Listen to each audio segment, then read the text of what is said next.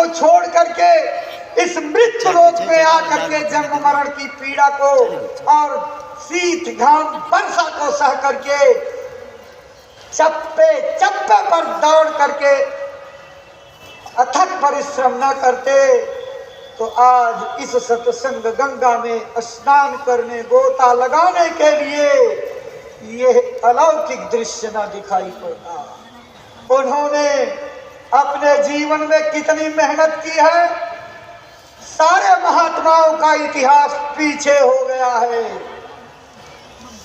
कबीर साहब ने 3 पैदल यात्राएं की थी, उसके बाद आने वाले नानक जी महाराज ने 3 पद यात्राएं की थी, जिसके नाते इन्हें जीवों का हितैषी मान करके सर्वोपरि महात्मा माना जाता है।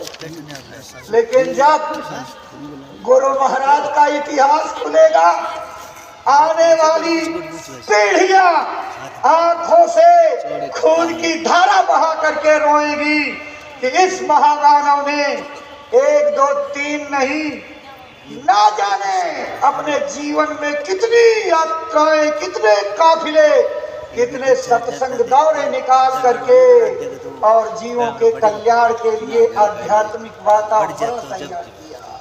जो दौलत देश के पढ़े लिखे बुद्धिजीवियों का विषय थी, उससे नीचे नहीं उतर रही थी। गुरु महाराज ने अध्यात्मवाद की उस विद्या को गांव के अनपढ़ गंवार, गरीब, किसान, मजदूर के दरवाजे पर ले जा करके उनको भी भजन का अधिकारी बना करके सर्व सुलभ कर दिया। इतिहास इसको भूलेगा नहीं। आने वाले समय में गुरु महाराज की क्या महिमा होगी, प्रेमी भाई बहनों, आज कोई सोच नहीं सकता, कल्पना नहीं कर सकता। उसका आधार क्या होगा? सप्तर्षियों ने एक रत्नाकर नाम के डकैत को अपने सदुपदेशों से बदल करके नेक नाम वाल्मीकि बना दिया था। सप्तर्षि सारी दुनिया में पूजनीय हो गए। महात्मा बुद्ध ने अंगुलीमाल नाम के डकैत को हृदय परिवर्तन करके उसके अपराधी प्रवृत्ति को खत्म करके भिक्षु बना दिया था।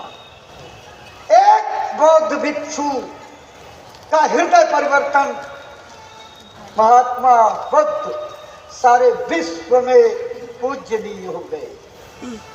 जिस दिन अपने गुरु महाराज का इतिहास खुलेगा, उनकी तवारीख जग जाहिर होगी। उन्होंने 1 2 4 को नहीं, 100 1000 लाख को नहीं, इस देश के करोड़ों करोड़ रत्नाकर जैसे डकैतों को, करोड़ों करोड़ अंगुलीमाल जैसे बिगड़े इंसानों का हृदय परिवर्तन किया। उनके हाथों से तीर तलवार फेंकवा दी, तमंचे बंदूकें फेंकवा दी, हथियार गोले डंडे बारूद फेंकवा दिए और उन हथियारों की जगह भगवान के भजन की माला पकड़ा दी। ये हृदय परिवर्तन की घटनाएं गुरु महाराज की महिमा को न जाने भूमंडल के किस कोने तक पहुंचाएंगी और सारी दुनिया गुरु महाराज की जन्मभूमि खितौरा और कर्म भूमि मथुरा की धूल फाकेगी। वचन तो मुंह से निकल चुके हैं। सारे विश्व को शांति जय गुरुदेव नाम से मथुरा खितौरा धाम से मिलेगी। भाई बहनों, किसी गफलत में मत रहना, भ्रम भ्रांति के शिकार मत हो जाना। गुरु महाराज के वचन एक तिल भी इधर से उधर नहीं होंगे। सारे विश्व को शांति गुरु महाराज के प्रकट स्थली खितौरा और कर्म भूमि मथुरा से ही मिलेगी। इसके अलावा शांति का कोई डर नहीं होगा। अब गुरु महाराज के वचनों को भूल गए, बातें याद नहीं रही। कहा गया है महात्मा अपने बंदों को इशारे इशारे में समझाते हैं, सैन बैन समझे नहीं तासे कछु न कहन। जो उनके सैन बैन को नहीं समझता है, इशारों के वचनों को ध्यान नहीं देता है, अमल नहीं करता है, महात्मा उससे चुप हो जाते, कुछ नहीं बोलते, और उनका चुप होना आपके प्रारब्ध की घड़ियों में खराब दिन लाने का कारण बन जाता है और बर्बादी की ओर, भ्रम भ्रांति की ओर, अधोगति की ओर, जहां का नाम नहीं लेना चाहिए वहां चले जाते हो। इसलिए वचनों पर अविश्वास मत करना। याद करो, गुरु महाराज ने अपने सत्संग में अनेकों बार क्या कहा, अय प्रेमियों, भविष्य में आगे जब कोई मेरा परिचय पूछे तो बता देना बाबा जी का आश्रम मथुरा उत्तर प्रदेश में है। फिर से पत्रिकाओं को पढ़ लीजिए, आपके घरों में कैसेट पड़ी होगी, फिर से उनको सुनिए, देखिए कितनी बार गुरु महाराज ने इस संकेत को किया था। अब इस संकेत को भूल करके अब डेरा डंडा उठा करके कहीं और कूच करने लगो तो आप जानो, आपका भाग्य जाने। गुरु महाराज के वचनों का तो कोई दोष है नहीं, उन्होंने तो स्पष्ट कर दिया, मेरे परिचय को मथुरा से बताना, और कहीं का तो नाम लिया नहीं। फिर क्यों बहन गए, फिर तो गुरु महाराज की बातों को भूल गए। अरे भाई बहनों, गुरु महाराज ने कितनी कितनी बातें अपने जीवन में कही हैं, अगर आप उनको याद करोगे तो सारी चीजें आपके सामने स्पष्ट होती चली जाएंगी।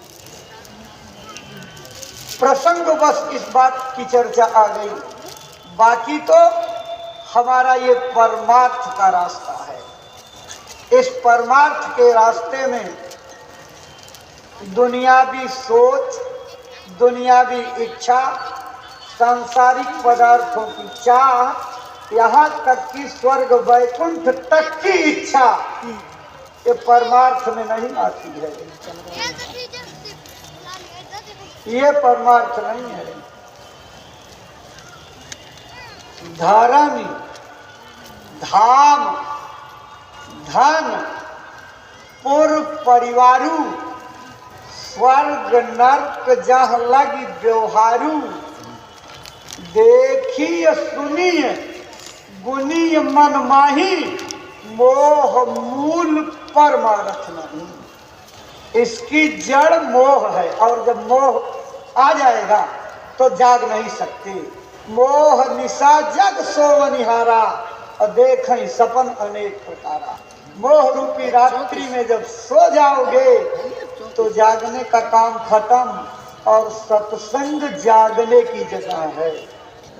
सत्संग जाग करके भजन मालिक के चिंतन करने की जगह है।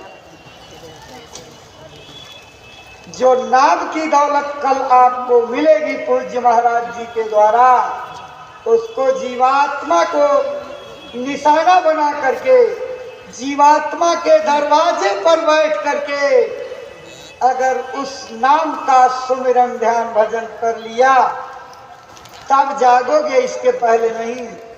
रामायण में पहचान लिखी है, नाम जीह जपी जागहि जोगी, बीरति बीरंचि प्रपंच वियोगी। लेकिन जागने का मतलब ये नहीं कि सिर्फ जो है ये बाहर की दोनों आंखें टकाटक खुली हुई, इसको जागना नहीं कहते हैं। जागने की भी परिभाषा उसी रामचरितमानस में लिखी हुई है। क्या कहा है, जो नाम का जाप करेगा वो जागेगा। कैसे जागेगा, जानिए तब ही जीव जग जागा, जब सब विषय विलास विरागा। जब सारी सांसारिक इच्छाओं से आपको खिड़ा हो जाए, नफरत हो जाए, दुनिया की एक ही इच्छा आपके अंदर घुस करके ना बैठे, तब समझिए गुरु की कृपा शुरू हो गई है और अब जागने की शुरुआत हो रही है। इसलिए इस प्रकार से जागो भाइयों बहनों, भाग जागा, भाग चल रे हरि भजन की ओर प्यारे। मिल गए सतगुरु सहारे फंद बंदी छोड़ प्यारे। ये जो काल अपनी जेल में हथकड़ी लगा करके बांध करके नरकों और चौरासियों से कल्पों कल्पों तक निकलने नहीं देता, इसी बंधन से छुटकारा करने के लिए गुरु महाराज अनामी धाम छोड़ करके उतरे। और आज गुरु महाराज के काम को उनके आदेश से पूज्य महाराज जी कर रहे हैं। गुरु महाराज कह गए ना, अपना काम करने के लिए जितना समय रहना पड़े रहेंगे, उसका अर्थ गलत मत लगाना। यही गुरु महाराज बुंदेलखंड में राजापुर जमुना के तीरा, जहाँ स्वामी का भया शरीरा, बन करके आए और हृदय नाम के अहीर प्रेमी के दीवाने बन करके उसके घर काशी पहुंच गए। उसने कुटिया बनाई। उस समय की सांस्कृतिक राजधानी थी। बड़े बड़े विद्वान शेख तकी, नैनू, श्यामा, माना पंडित, फूलदास, रेवतीदास, मंगलदास, एक एक महंत, सब लोग शास्त्रार्थ करने आए और सबको छोटे बन करके उनके ऊंचे आसन पर बैठा करके दई पटकनी जब लगाया तो सब शरणागत होकर के अजन कर लिए और जिस चीज को करने का संकल्प लेकर के आए थे, समाज के विकसित वातावरण के नाते अपने लक्ष्य को नहीं पूरा कर पाए। सारी दुनिया को अध्यात्मवादी बनाने आए थे, लेकिन जब नहीं पूरा कर पाए तो दूसरे जन्म में बाजीराव पेशवा के बड़े भाई श्यामराव पेशवा बन करके पैदा हुए और अपने संकल्प को पूरा करने के लिए जब राजगद्दी की बारी आई तो सोचा कि फंस जाएंगे, हमारा लक्ष्य पूरा नहीं होगा। तो अपने कुछ सवारों को लेकर के शहर पनाह से मिलने के लिए जंगल की ओर चले और मौज से आंधी पैदा कर दी। उसी आंधी में सब घुड़सवार गायब हो गए। सफेद तुर्की घोड़े पर सवार होकर के वो जंगल निकल गए और गायब हो गए। बहुत दिनों तक खोज होती रही, नहीं मिले। अंत में मजबूर होकर के बाजीराव पेशवा को वहाँ का राजा बनाया गया और भाग करके बिठूर आए और बिठूर में रह करके जीवों के कल्याण का काम शुरू किया। वहाँ कुंभ लगा था और बिठूर में एक ब्राह्मण और शूद्र का झगड़ा हो गया। अब वो ब्राह्मण उसको जाने ना दे, कहा तुमने छींटा मार करके मेरी धोती को गंदा कर दिया, अशुद्ध कर दिया, नापाक। अब बताओ हमारे पास दूसरी धोती नहीं, हम शुद्ध कैसे होंगे, क्या कपड़ा पहनेंगे। ये श्यामराव जो वो स्वामी जी के अवतार थे सुन रहे थे। उन्होंने उस झगड़े को इस प्रकार शांत किया, पंडित जी ये तो शूद्र ही है, इसकी क्या बात, आप तो विद्वान हो, ये बताओ आप अपने किताब की बात तो मानोगे। अरे कहा क्यों नहीं, वही तो मेरा आधार है। तो कहा पंडित जी आपकी किताब ये कहती है कि गंगा विष्णु के चरण से निकली हुई है।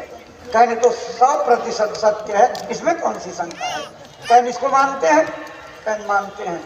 कहने आपकी ही किताब ये कहती है कि सूत्र विष्णु के चरण से निकले हुए हैं।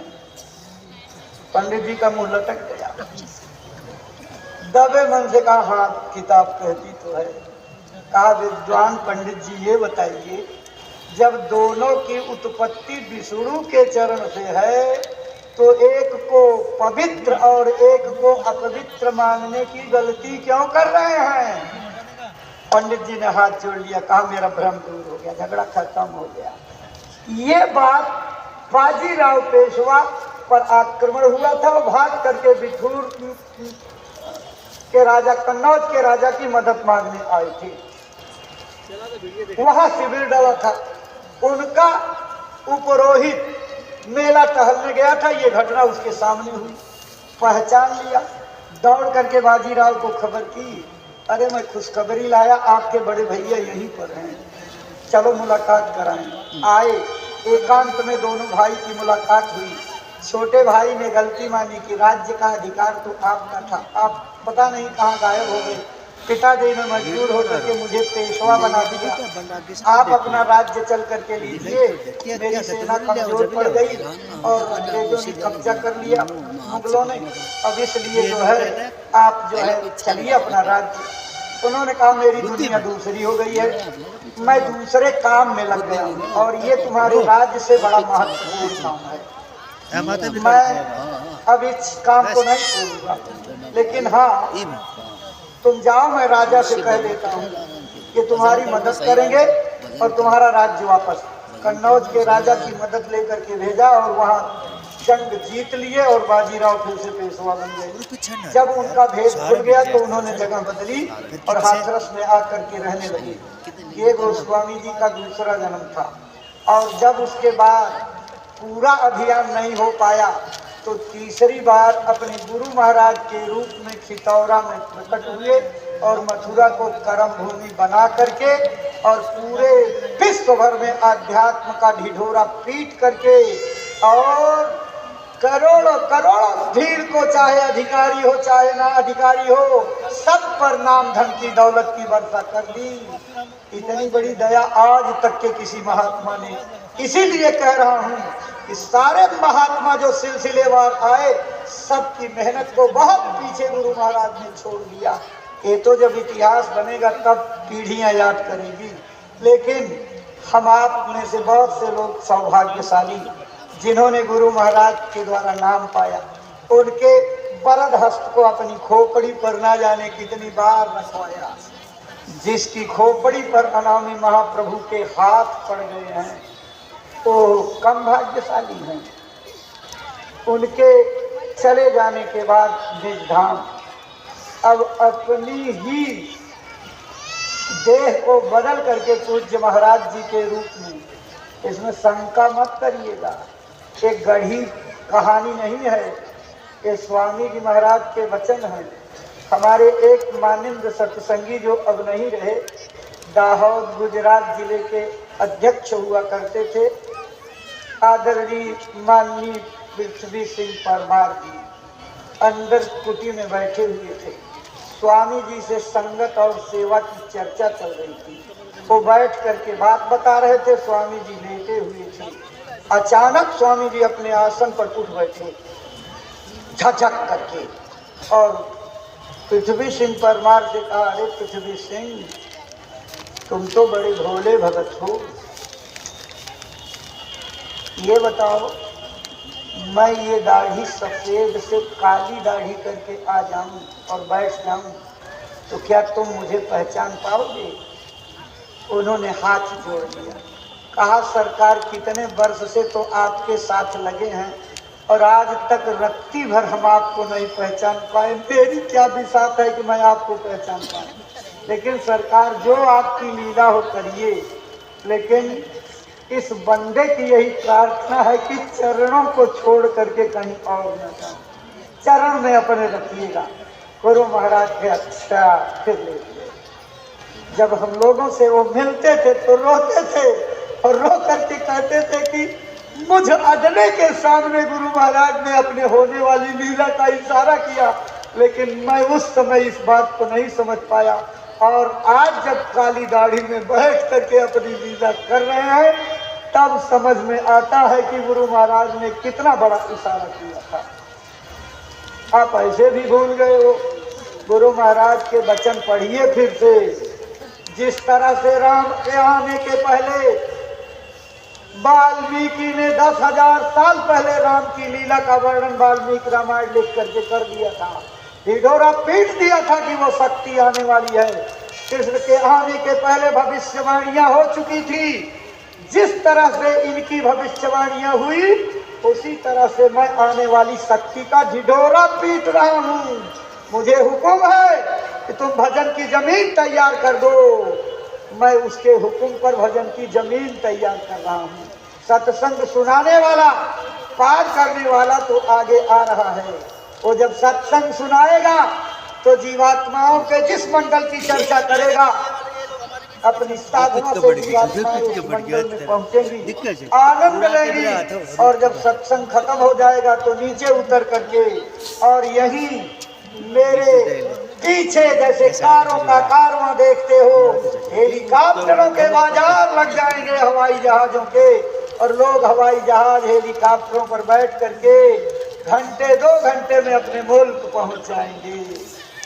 क्या गुरु महाराज का ये कोई मजाक था?